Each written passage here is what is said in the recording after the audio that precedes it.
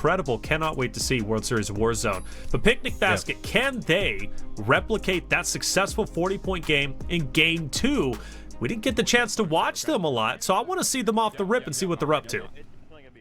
Sometimes teams just kind of sneak through the mid-game and you find them in the end-game situations and they, one, capitalize, but also what works, and it really comes down to some of that decision-making as a unit. How do you swing your numbers around, get them your best AR players, your best subs, your objective subs in position to make the most out of a play, especially when things start to break down? It's going to be the question. So instead of just asking it, let's just watch it. Let's see how the early game spreads out and how they elect to move through, because you already have the sniper currently in Nick's hands. Does that become the factor?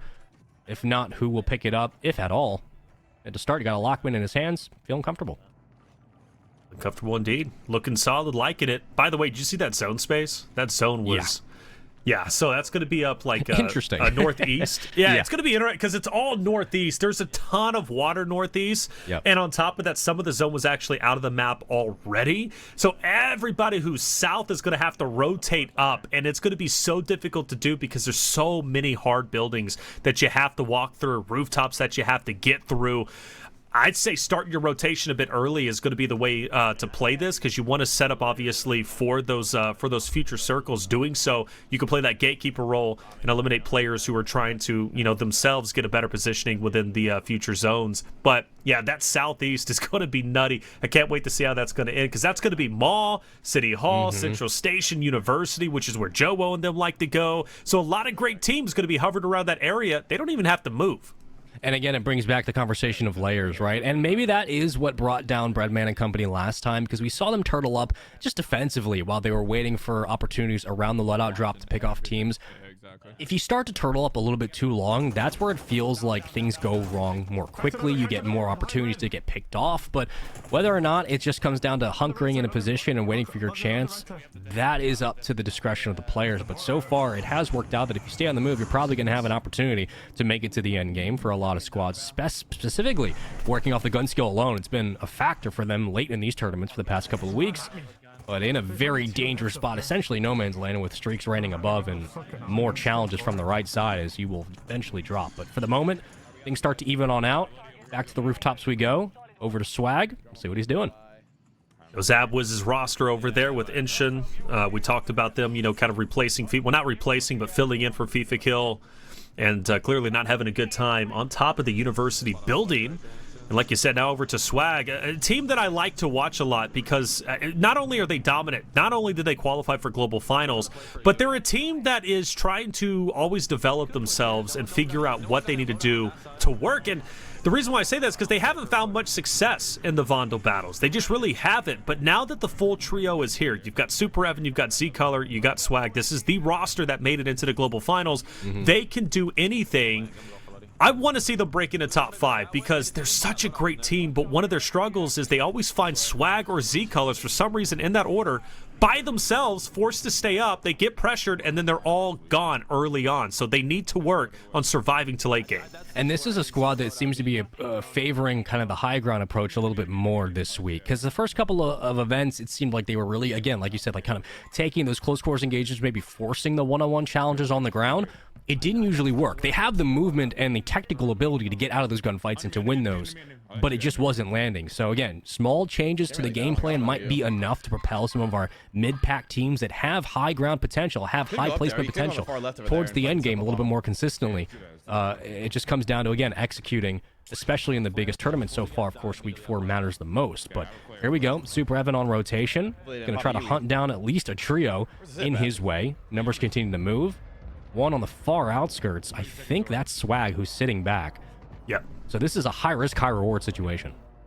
Swagg has now joined them, so all three are going to be here.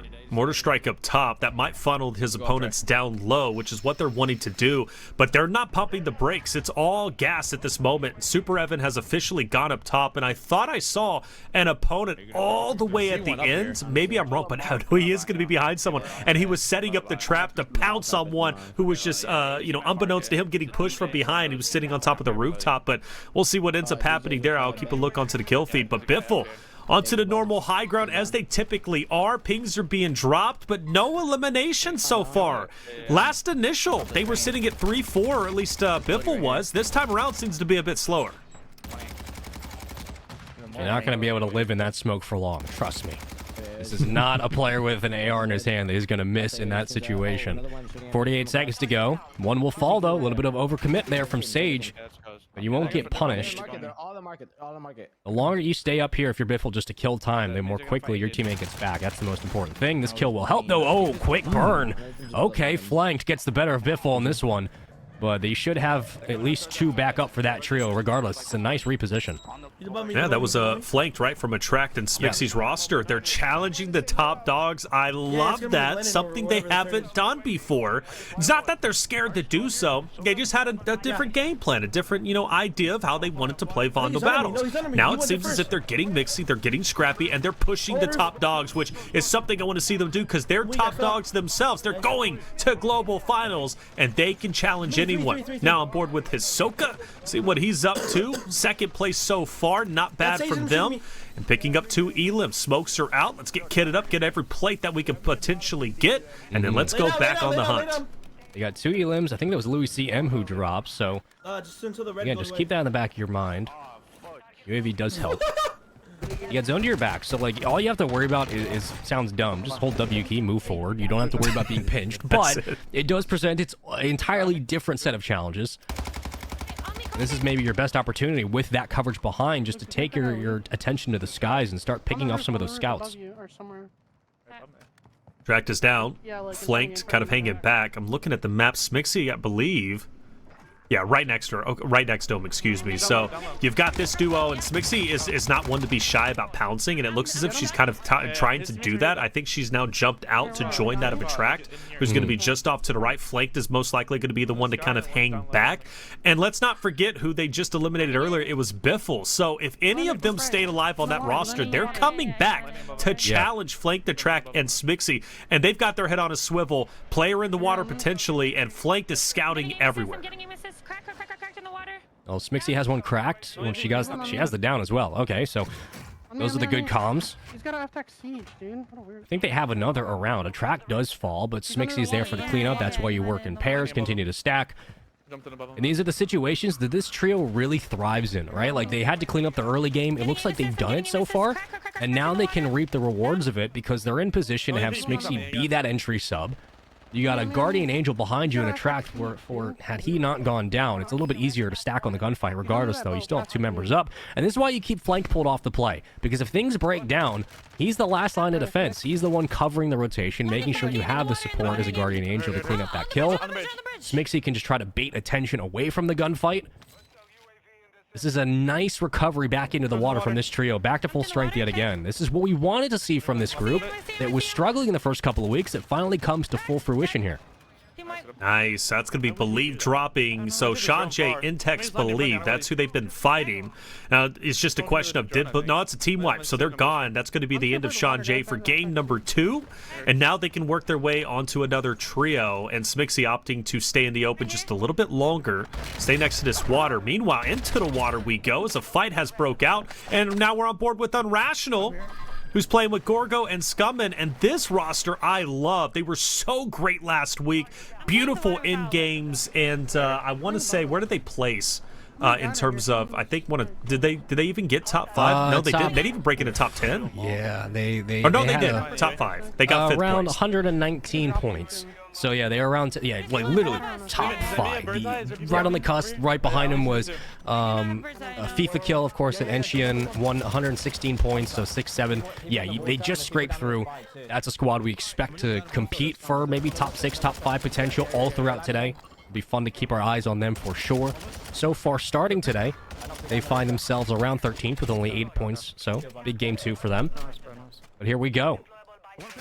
Wars on your screen. Has to be careful. These are where the AR battles matter the most.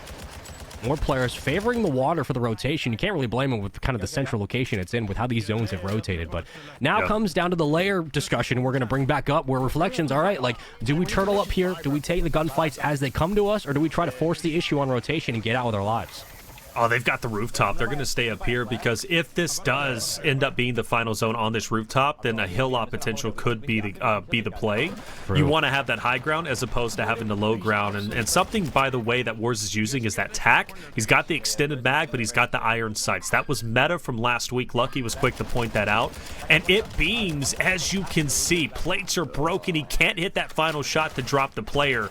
Now, one thing, though, I don't want them to get too tunnel vision. Luckily, they do have ping, so they understand where everybody's going to be on the map. But you get too tunnel vision trying to knock those players. Case in point, you have one who's trying to push you. If he doesn't check that window, it takes a couple more seconds to shoot at the players in the water. He's getting flanked. His team can drop. So keeping his head on swivel, great plays from him. But, yeah, lock in that rooftop, hold it down, and try and ride it to the end. If you're going to stay turtled up, you have to be a little bit paranoid about all of your angles. So nice there just to make sure you check out the window, pick up Z colors. Again, an opportunity that could have gone very wrong, but they're able to make it work.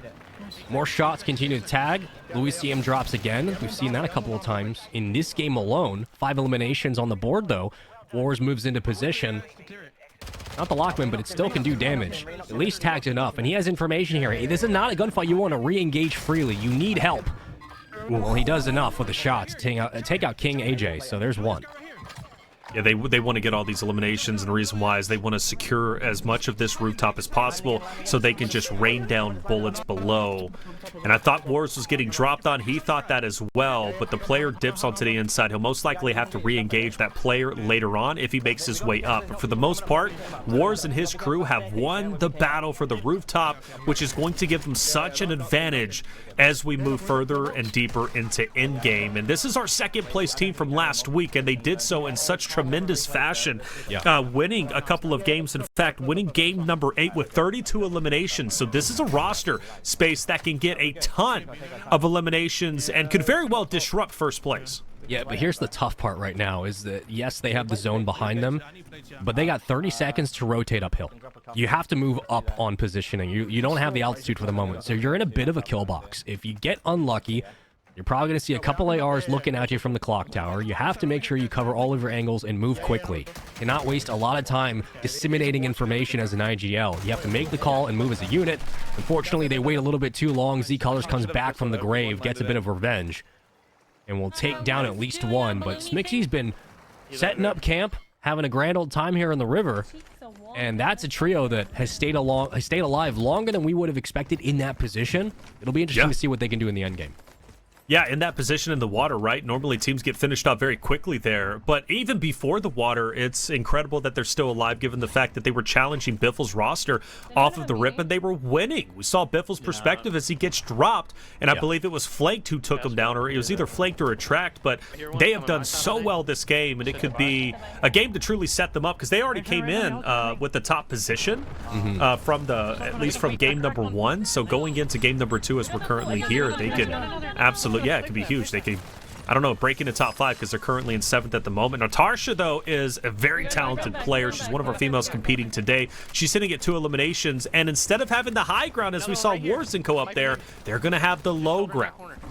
Well, this trio, specifically through the tip of the offense, really, Natasha, what she's able to do when it comes to working through really mixy situations, when play breaks down, whether it's a stun, a nade, a smoke, she can work through that chaos and pick up a kill or 2 or 3, or even on a 1v5 like we saw a couple of weeks ago. So this is one of the last trios I would want to be running into in the end game if I have to start positioning for placement, because you got 25 players still up altogether, including this trio.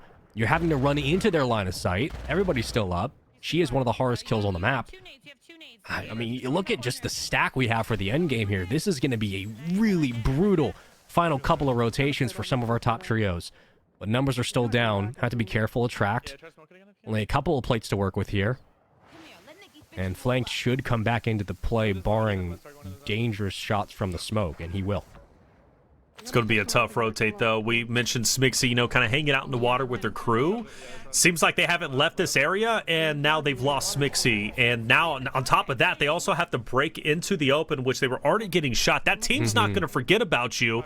And it looks like a lot of open space in front. So I think they're going to try and hug the water as long as they can and break up at the last second. Matter of fact, stay here. Look, they got just a sliver of safe zone in the water. And I think it's going to be another water battle as they are swimming as quickly as as they can, potentially to opponents. There it is. Shots are fired, and one is going to drop. But in the meantime, it's a trade. So now a track for this trio is the last one alive, but not for long as he drops in 7th place. Well, they take out DJ Moss, so it does help alleviate some of the sadness in that drop. But I am curious, what was the call? Not so much like, you know, a bad call, but like, what was the decision to stay in the water for that long? Because they had been down there for 2-3 minutes. Like, they won the initial gunfight, they won the following challenge, and when we jump back over to their POV, they're still there. So I'm curious whether or not they were hesitant to rotate out and fight for new positioning. If they didn't like where they had to move for late zone, sure.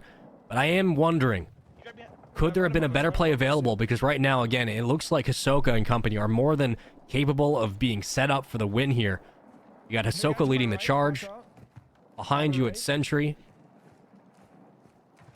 This is a prime position to be in.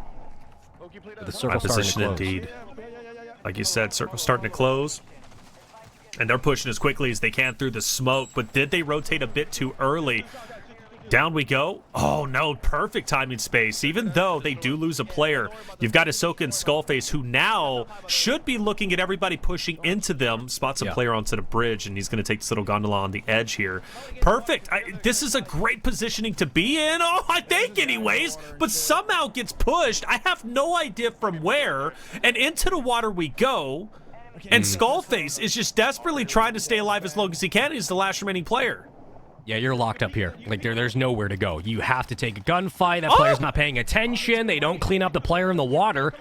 And Skullface survives what should have been a free kill for the opposition.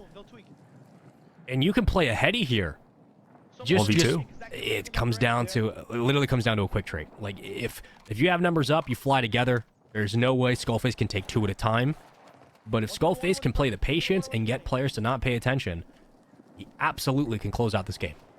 1v2, he's playing it slowly. There's going to be a tag on the one. Like you said, they need a trade. He pushes up and the finish is in. And Skullface will get second, but he still has a slight smile because he knows it was a great game. And TBE looks like they're going to be taking game number 2. 17 eliminations, not the highest we have seen, but granted, they're playing with DJ Moss, who's filling in for Tommy, right? So you got Noobs, Almond, as well as DJ Moss. Not exactly the TBE, but hey, a victory is a victory, and it's still early going. We've got 6 more games to go.